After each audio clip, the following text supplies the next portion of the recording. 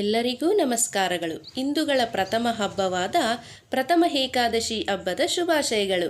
ಈ ಪರ್ವದಿನದಿಂದಲೇ ನಮ್ಮ ಎಲ್ಲ ಹಬ್ಬಗಳು ಶುರುವಾಗುತ್ತದೆ ಅಲ್ವಾ? ಸಾಲು ಸಾಲಾಗಿ ವರಮಹಾಲಕ್ಷ್ಮಿ, ಗಣೇಶ ಚತುರ್ಥಿ, ಹಾಗೆ ದಸರಾ, ದೀಪಾವಳಿ, ಹೀಗೆ ಹೇಳ್ತಾ ಹೋದರೆ ಎಷ್ಟು ಹಬ್ಬಗಳು ಈ ಹಬ್ಬದಿಂದಲೇ ಅಂದರೆ ಏಕಾದಶಿ ಹಬ್ಬದಿಂದಲೇ ಶುರುವಾಗುತ್ತದೆ. ಹಾಗಾದರೆ ಈ ಹಬ್ಬದ ವಿಶೇಷತೆ, ವಿಧಾನ, ಹಾಗೆ ಪೂಜೆ ಯಾವ ರೀತಿ ಮಾಡಬೇಕು, ಯಾವ ರೀತಿ ಎಲ್ಲ ನಾನು ಉಪವಾಸ ಮಾಡಬೇಕು ಅನ್ನೋದ್ರ ಬಗ್ಗೆ ಎಲ್ಲ ನಾನು ನಮ್ಮ ಮನೆಯಲ್ಲಿ ಯಾವ ರೀತಿ ಮಾಡ್ತೀವಿ ಅಂತ ನಾನು ನಿಮ್ಮ ಜೊತೆ ಹಂಚ್ಕೊಳ್ಬೇಕು ಅಂತ ಇದ್ದೀನಿ. ಹಾಗಾದರೆ ಬನ್ನಿ, ಏಕಾದಶಿ ಹಬ್ಬದ ಪ್ರಾಮುಖ್ಯತೆ ಬಗ್ಗೆ ಎಲ್ಲ ಹಾಗೆ ಪೂಜೆ ಎಲ್ಲ ಯಾವ ರೀತಿ ಮಾಡೋದು ಅಂತ ತಿಳ್ಕೊಳ್ಳೋಣ. ಏಕಾದಶಿ ಅಂದರೆ ಇದು ವರ್ಷಕ್ಕೊಂದು ಸಲ ಬರೋ ಹಬ್ಬ ಅಲ್ಲ, ವರ್ಷಕ್ಕೆ ಸರಿಸುಮಾರು 24 ಏಕಾದಶಿಗಳು ಬರುತ್ತೆ. ಇವುಗಳಲ್ಲಿ ಆಷಾಢ ಶುದ್ಧ ಏಕಾದಶಿಯನ್ನೇ ಪ್ರಥಮ ಏಕಾದಶಿ ಅಂತ ಕರೀತಾರೆ.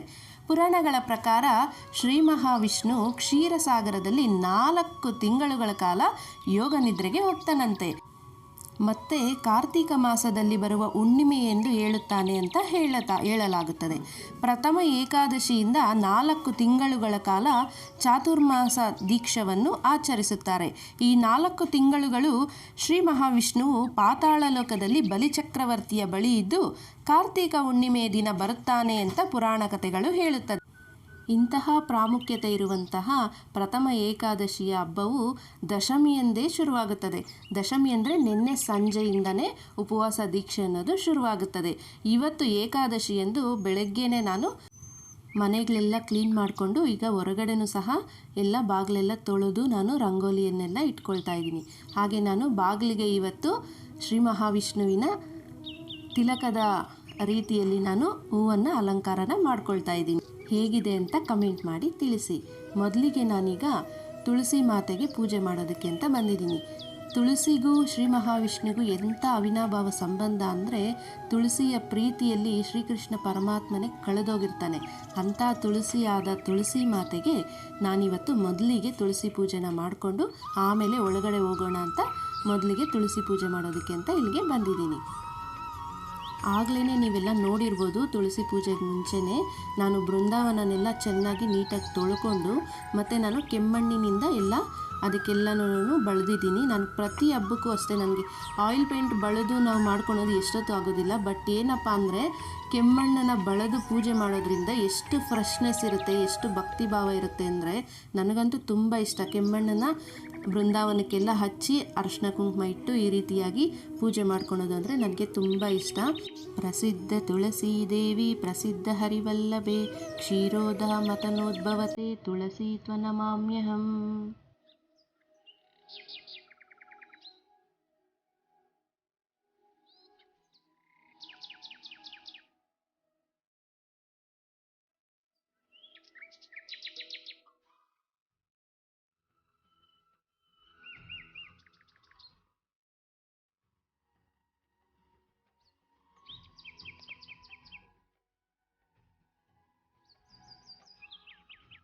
ಶುಕ್ಲಾಂಬರಧರಂ ವಿಷ್ಣುಂ ಶಶಿವರ್ಣಂ ಚತುರ್ಭುಜಂ ಪ್ರಸನ್ನವದನಂ ಧ್ಯಾಯೇತ್ ಸರ್ವವಿಘ್ನೋಪಶಾಂತಯೇ.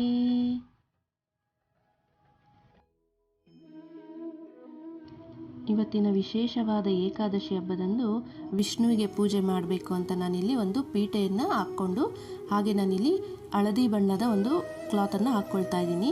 ಹಳದಿ ಬಣ್ಣ ಅನ್ನೋದು ವಿಷ್ಣುವಿಗೆ ಪ್ರಿಯವಾದದ್ದು, ಆದ್ದರಿಂದ ಹಾಕ್ಕೊಳ್ತಾ ಇದ್ದೀನಿ. ನೀವೀಗ ನೋಡ್ತಾ ಇರೋದು ಅರಳಿ ಮರದ ಎಲೆಗಳು. ಏಕಾದಶಿಯ ದಿನ ಅರಳಿ ಮರದ ಎಲೆಗಳ ಮೇಲೆ ದೀಪ ಹಚ್ಚೋದ್ರಿಂದ ತುಂಬ ಒಳ್ಳೆಯದು. ರಾಹುಕೇತುಗಳ ದೋಷ ಕಳೆದು ಶನಿದೇವರ ಕೃಪೆಯಿಂದ ನವಗ್ರಹಗಳು ಸಹ ನಮಗೆ ಅನುಕೂಲವಾಗಿ ಇರ್ತವೆ. ಆದ್ದರಿಂದ ಆರ್ಥಿಕವಾಗಿ ಸಹ ಇದು ತುಂಬ ಒಳ್ಳೆಯದಾಗುತ್ತೆ ಅಂತ ನಂಬಿಕೆ ಇದೆ. ಆದ್ದರಿಂದ ನಾನಿವತ್ತು ಇಲ್ಲಿ ಅರಳಿ ಮರದ ಎಲೆಗಳನ್ನು ಬಳಸ್ಕೊಂಡು ನಾನಿಲ್ಲಿ ದೇವರಿಗೆ ಅಲಂಕಾರವನ್ನು ಮಾಡ್ಕೊಳ್ತಾ ಇದ್ದೀನಿ. ಹಾಗೆ ದೀಪಗಳನ್ನು ಇಡೋದಕ್ಕೂ ಸಹ ನಾನು ಅರಳಿ ಮರದ ಎಲೆಗಳನ್ನೇ ಬಳಸ್ತಾ ಇದ್ದೀನಿ. ನೀವೀಗ ನೋಡ್ತಾ ಇದ್ದೀರಲ್ವ, ನಾನು ಈ ರೀತಿ ಒಂದು ಚಿಕ್ಕ ಪ್ಲೇಟನ್ನು ಇಟ್ಕೊಂಡು ಪ್ಲೇಟ್ನ ಸುತ್ತಲೂ ನಾನು ಈ ರೀತಿ ಅರಳಿ ಮರದ ಎಲೆಗಳನ್ನು ಇಟ್ಕೊಂಡು ಮತ್ತು ನಾನಿಲ್ಲಿ ದೀಪಗಳನ್ನ ತೆಗೆದುಕೊಳ್ತಾ ಇದ್ದೀನಿ. ಈ ದೀಪದಲ್ಲಿ 5 ಬತ್ತಿಗಳನ್ನು ಇಟ್ಟಿದ್ದೀನಿ. ಅದೇ ರೀತಿ ಇದರ ಕೆಳಗೆ ನಾನಿಲ್ಲಿ ಅರಳಿ ಮರದ ಎಲೆನ ಇಟ್ಕೊಂಡು ಮತ್ತು ನಾನಿಲ್ಲಿ ಇವತ್ತು ಪೂಜೆಗೆ ಅಂತ ವೆಂಕಟರಮಣ ಸ್ವಾಮಿಯನ್ನು ತೆಗೆದುಕೊಂಡಿದ್ದೀನಿ. ದಶಾವತಾರದಲ್ಲಿ ಯಾವುದೇ ಅವತಾರದ ಫೋಟೋ ಆಗಲಿ ಅಥವಾ ಮೂರ್ತಿ ಆಗಲಿ ನಿಮ್ಮ ಬಳಿ ಏನಿದ್ರೆ ಅದನ್ನು ಇಟ್ಟು ನೀವು ಪೂಜೆನ ಮಾಡ್ಕೊಳ್ಬೋದು. ಈ ರೀತಿ ನಿಮ್ಮ ಬಳಿ ಇರುವಂತಹ ಮೂರ್ತಿಯನ್ನಾಗಲಿ ಫೋಟೋವನ್ನಾಗಲಿ ಇಟ್ಟುಕೊಂಡು ಶ್ರೀ ಮಹಾವಿಷ್ಣುವಿಗೆ ಪೂಜೆ ಅನ್ನೋದನ್ನು ಸ್ಟಾರ್ಟ್ ಮಾಡ್ಬೋದು. ನಾನಿಲ್ಲಿ ಈಗ ಗಂಧವನ್ನು ಇಟ್ಟು ಅದರ ಮೇಲೆ ಕುಂಕುಮವನ್ನು ಸಹ ಇಡ್ತಾ ಇದ್ದೀನಿ. ಇಟ್ಟು ಪೂಜೆಗೆ ಸಿದ್ಧತೆ ಮಾಡ್ತಾ ಇದ್ದೀನಿ. ಹಾಗೆ ನಾನಿಲ್ಲಿ ಶಂಖವನ್ನು ಸಹ ಪೂಜೆಗೆ ಇಟ್ಕೊಳ್ತಾ ಇದ್ದೀನಿ. ಈ ಶಂಖ ಬಂದು ಶಂಖಚೂರ್ಣ ಎಂಬ ರಾಕ್ಷಸ. ಅವನು ರಾಕ್ಷಸ ಆಗಿದ್ರೂ ಸಹ ವಿಷ್ಣುವಿನ ಪರಮ ಭಕ್ತ.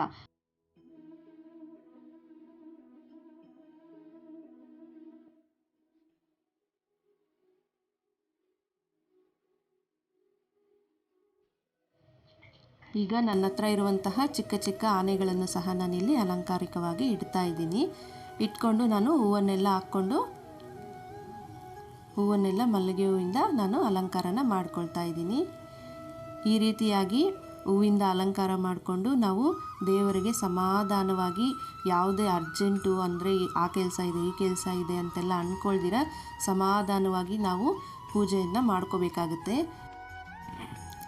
ದೀಪಜ್ಯೋತಿ ಪರಬ್ರಹ್ಮ ದೀಪಜ್ಯೋತಿ ಜನಾರ್ದನಃ ದೀಪೋ ಮೇ ಹರತು ಪಾಪಂ ಸಂಧ್ಯಾ ದೀಪ ನಮೋಸ್ತುತೆ.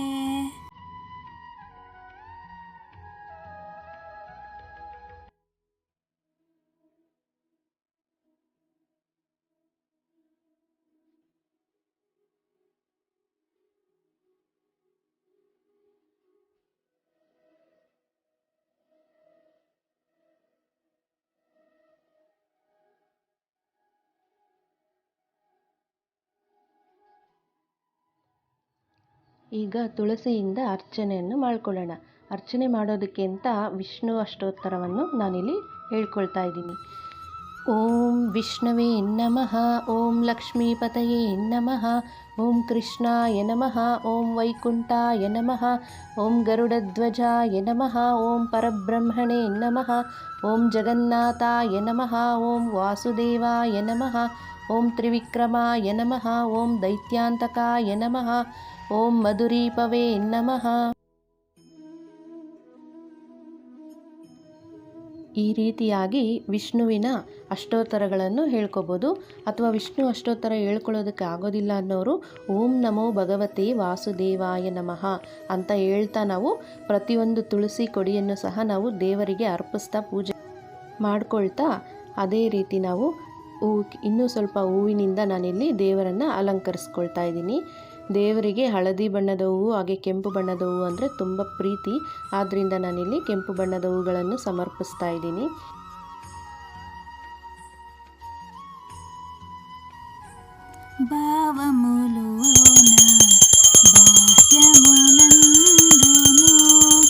ಗೋವಿಂದ ಗೋವಿಂದ ಗೋವಿಂದ ಗೋವಿಂದ ಎನಿಕೊಲುವಾವೋ ಮನಸಾ భావము లోన బాహ్యమునందును హరి అవతారములే అఖిల దేవతలు హరిలోనివే బ్రహ్మాండంబులు హరి అవతారములే అఖిల దేవతలు హరిలోనివే బ్రహ్మాండంబులు హరినామములే అన్ని మంత్రములు హరినామములే అన్ని మంత్రములు హరి హరి హరి హరి హరియనవో మనసా